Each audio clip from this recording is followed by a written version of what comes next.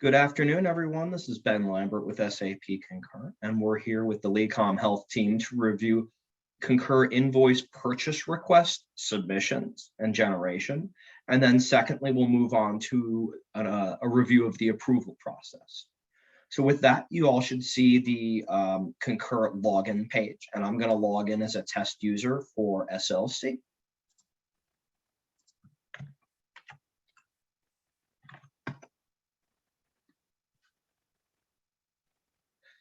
To start off, hopefully you all are aware and familiar with the login page to Concur, and you can see that I have a number of panels here. I'll just do a quick overview of navigation before jumping into purchase requests. Across the top, this black bar is very helpful if you ever need to navigate to the home page. You can click on the SAP Concur logo. To start a purchase requisition, you would click on Requests, or to start an invoice, you can click on Invoice. This can also be done by these tiles over here. And you can see in this case, I have one open purchase requisition and 3 open invoices at this time. Additionally, under this help screen and the help and training or help and invoice help links, you can find a myriad of different trainings and documents that may assist. Something that you will also see in a lot of cases is there is in-tool user help via a walk me extension if you see a blue plus on the left half of the user interface.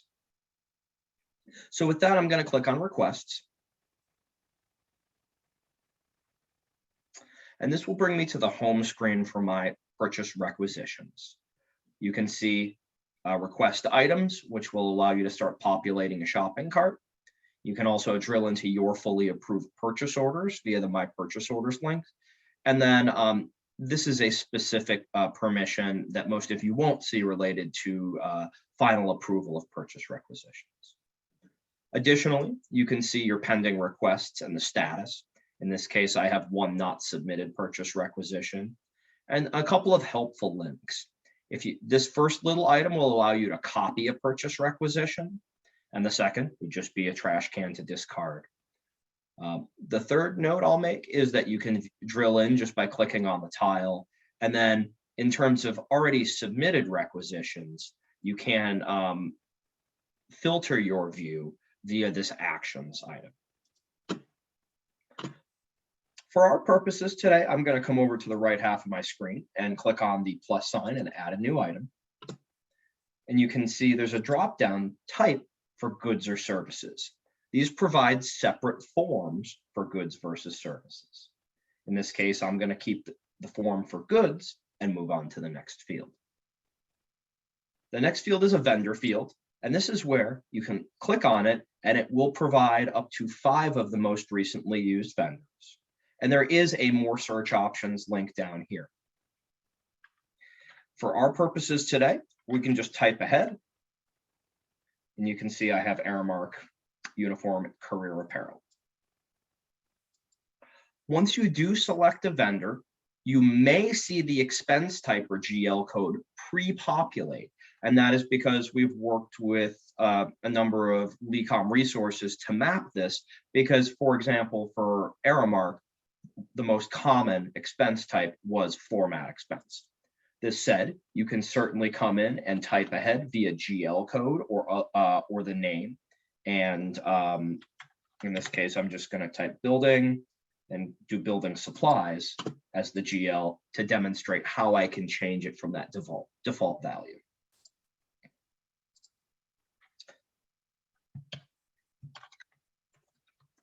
There is a required field for descriptions. Type in uniforms for our use case, as well as an item number. And you can see there's is an overlay from Google Chrome if you've typed things before that will attempt to populate things on your behalf. The item number is a not required field and generally designed for a vendor to supply or for somebody to type in a unique vendor item code, in this case, X1. And then I'll have a quantity of 12, a unit of measure each, and then drop in a unit price of $49.99. This will auto-calculate the total. And at this point, you can select a needed by date if you do wish one to populate on the purchase order. At this point, I'm going to go ahead and click Save, as I do want individual quantity receipt. You can select no receipt for certain expenditures and certain vendors, but as a general rule, that quantity received will be required. At this point, I'm going to click Save, and then I can actually add a second item. You can populate multiple vendors in the same requisition, and they will all be turned into individual purchase orders. In this case, I'm just going to continue with Aramark for ease of use in this case.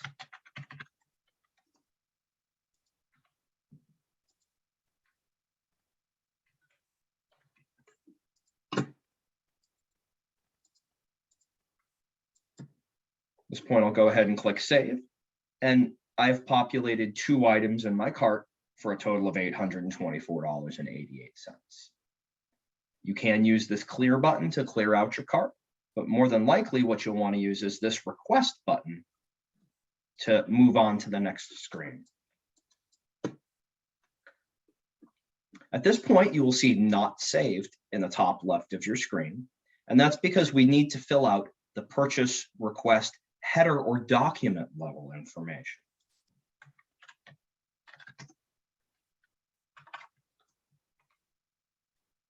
Which is will require a description, notes to a supplier, which will print on the purchase order,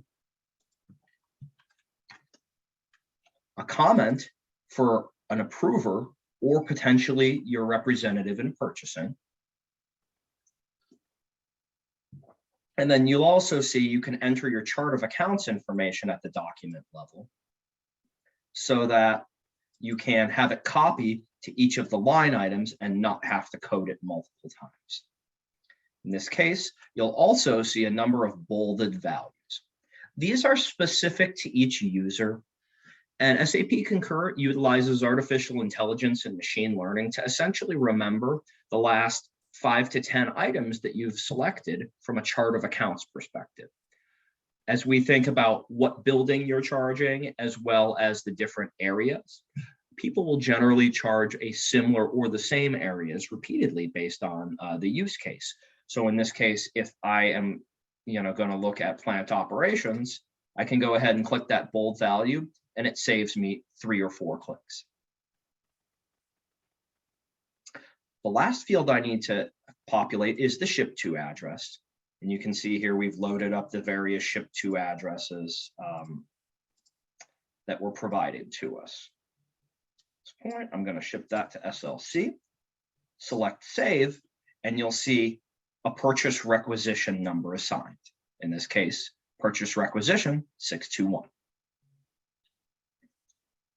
Over on the right half of my screen, I can see the 2 line items, as well as an option to add, remove, edit, or distribute these.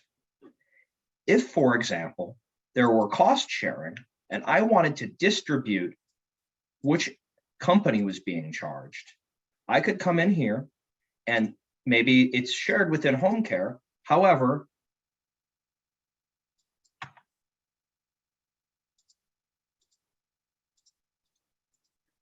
let's move on. We'll code that to assisted living in order to charge it out to something different. And what you'll see here is it's a 50-50 split between the 2 different company cost center department combinations. And if you did wish to distribute by an amount of money and not split the cost evenly, you can certainly do so. At this point, I'm going to click Save, and you can see we have now 2 account codes or GL codes for those formats, but they're being cross-charged between 2 company department combinations. Occasionally, you'll have a very long purchase requisition and you'll need additional screen space. And this is where the Show Distributions checkbox can come in handy, where if you do choose to hide those, you can have more entries from a purchase requisition on your screen. Lastly, there's a number of links across the top that's good to be aware of. There's an image gallery where you can add or view images associated with a requisition, such as bids. Comments, where comments can be added or viewed. An audit trail, which it will come back to during approval because it's empty at this point as the document hasn't been submitted, but that will contain things like all changes to a requisition or invoice. And lastly, there's an approval flow. It is important to note the workflow is evaluated when a document is submitted. So you certainly can view the workflow prior to submission, but it is important to view it after submission because that is when it's documented and there could be changes to it based on the selections that you make. At this point, I'm going to go ahead and upload an image. You can select to include the image when the purchase order is transmitted. I'm not going to select that option in our case, and then I'll select upload and close. At this point, I have reviewed the document. You could certainly edit the header, line items, distributions, including ship to address, and other attributes of the purchase request. In this case, I'm comfortable with what I need from Aramark, and I'm going to go ahead and click submit. You'll note you're taken back to the pending requests, and you can see down here, there are active items listed. So in addition to our Alex Roofing Co. Purchase request, you can see the new Aramark purchase request. I will take questions on the purchase request side of things once we complete the approver piece. For continuity's sake in this recording, I'm actually going to click the Concur logo to take me back to the home screen. And then I'll click Profile and sign out of the application. We're now back at the login screen, and I am going to log in as a approver. In this case, a cost object approver, and cost object correlates to a budgetary approver. It's the terminology Concur uses.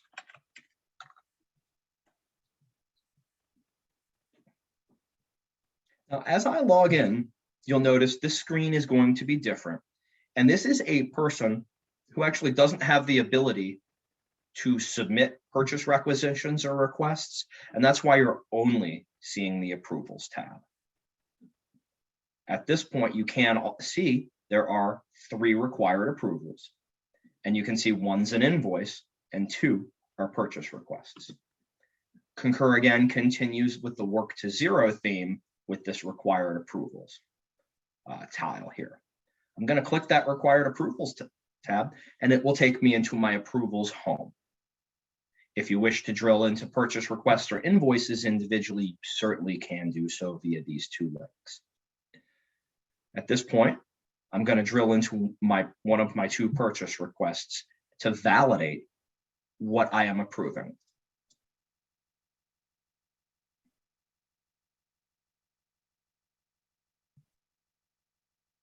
As we take a look at this purchase request, you'll see a very similar layout as the submitter did. We can see the image gallery, add and view comments, review the audit trail, or take a look at the approval flow. In addition, as an approver, you can edit purchase request details as merited, including ship to address. So if, for example, I wanted to come in and add a comment, I could click edit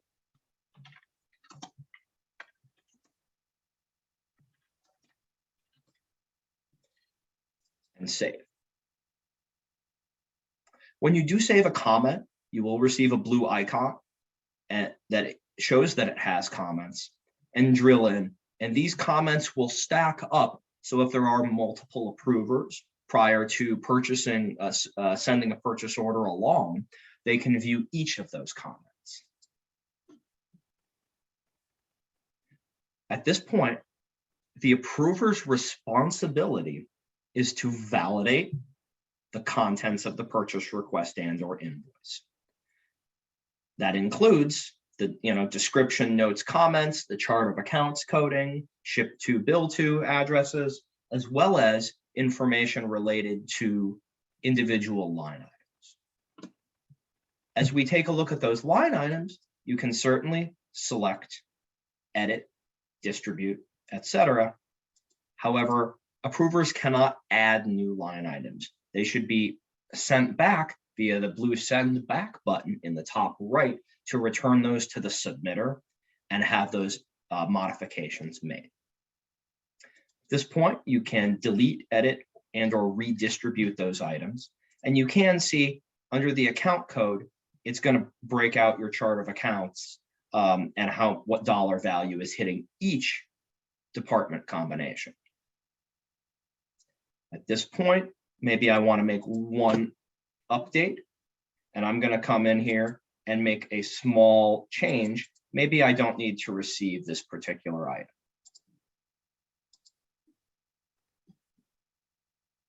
And at that point, we've saved. We could certainly come in and upload additional images. For our purposes today, we're going to take a quick look at the audit trail. We can see that it was submitted. It is now pending approval. The receipt type changed, and the distributions were changed. Additionally, from an approval flow perspective, you can see by expanding these carets, if there were more than one approver based on the chart of accounts selected, these carets will allow you to view that real person's name. So for example, I'm approving and Olivia is going to also be approving. Both approvals need to occur before it's sent on to a purchasing approval. As an approver, you can also add additional approvals if merited. And I will suggest to use this functionality sparingly since we already have a very lean and deliberate workflow approval. If the event occurred where you needed to add an additional approver, you can search by last name, first name, email address, login ID, or employee ID, select Save Workflow, and add an ad hoc approver if you wish to have somebody additional added to the process. For our purposes today, I'm going to keep it neat and click Cancel. At this point, I've reviewed the header level detail on the left, the entry level detail on the right half of the screen, and I'm comfortable with what I'm seeing. So I'm actually going to go ahead and approve this particular purchase request. When someone approves, it will take you back to the specified type of approval home, and you can see here that I have an additional purchase request. I will drill into it. And for example, maybe there's a reason that I don't want to approve this particular purchase request. Maybe I want to consolidate it with another one or believe it's a duplicate. I'm going to actually use the send back icon. And you'll note whenever a approval is denied and you're sending something back to an end user, it is important to tell them what to fix. Because if they just get something that says, not approved, they won't know why. And you might get a phone call or it's going to start a conversation. And that absolutely has value. But if, for example, you need to change the account code to a different expense type, you should enter a comment that's going to tell that end user what to do correctly and ask them to resubmit.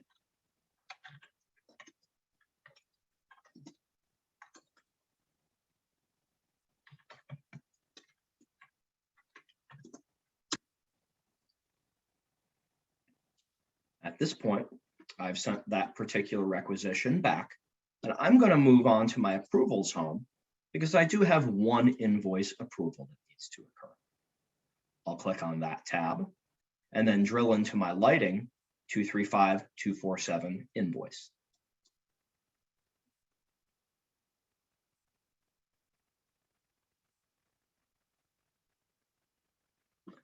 You will note that the invoice approval screen is going to be a little different And we did already deliver a training on both PO associated and non-PO associated invoices. And if you're looking for more information around generating and submitting invoices, I'll ask that you refer to that particular recording. As an approver, you will see that there are only a couple of fields that can be changed. You certainly can view vendor detail,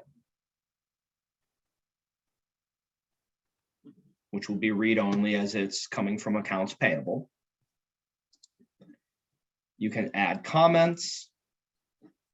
You can use actions to upload images, look at a printed report, extend a due date, which would be related to the payment due date, as well as look at details around comments, audit trail, and approval flow, which will be the same functionality we reviewed in the purchase request module. As an approver, just the same as a purchase requisition, you want to run through and compare the invoice image, which will be over here in the View Invoices screen, to what's in the Concur user interface. For purchase requisitions, there is not that document unless you have a bid from a vendor. So it is extremely important to open up that invoice image. If you have two screens, we do recommend you put the invoice image on one screen and the Concur user interface on another, and validate that. The Concur capture technology is very, very accurate.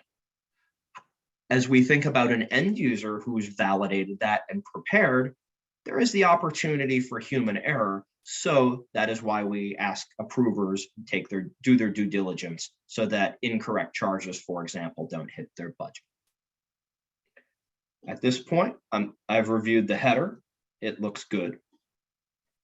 We can review the details. We can see that we have building maintenance supplies for light bulbs and a wiring harness, quantity, unit price, and totals, as well as some comments that can be entered at each line item or at the header. To give an example, I'll drill into this particular line item and add a line item comment if there is something that you all want to document that is not across the entire invoice document, but is related to one specific line item. I'll go ahead and click Save.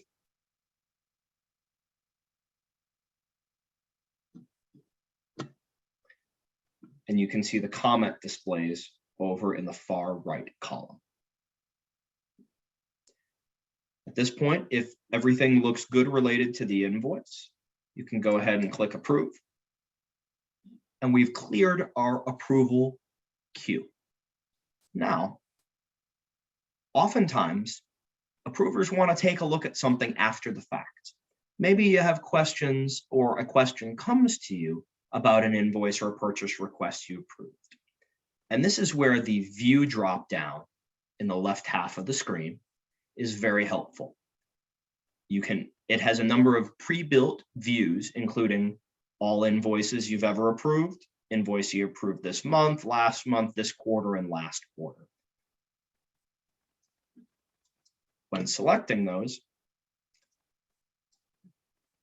you'll be able to view those documents. And if you need to query anything that you've approved back to the beginning of time, you can search by last name, invoice name, total, vendor name, or the invoice number. It is important to note that there's 4 different operators, begins with contains, ends with an equals. And I do recommend using contains because that's the easiest way to find a single word within a particular document. For example, the invoice name contains X. The invoice number contains Y. And if you do want to run a blind query, you can just go ahead and leave the 3rd field blank and click on the spyglass to execute the search. Lastly, if you do want to refresh your screen, for example, if you're working with another individual and you know there's an invoice coming that you need to approve, there is a little refresh button down here near the page 1 where you can cycle through multiple pages of documents. I'm going to click refresh, and if there was an additional document, you could certainly pull it up that way. One last thing that I do want to note, and that's related to the approval status. This will track a document in real time all the way through when it's fully approved and extracted for payment to the vendor. So this approval status is a very important piece of information to stay aware of as you're tracking documents, especially as you're thinking about historic documents. If you did wish to drill in, you can also see the payment status is equal to not paid yet.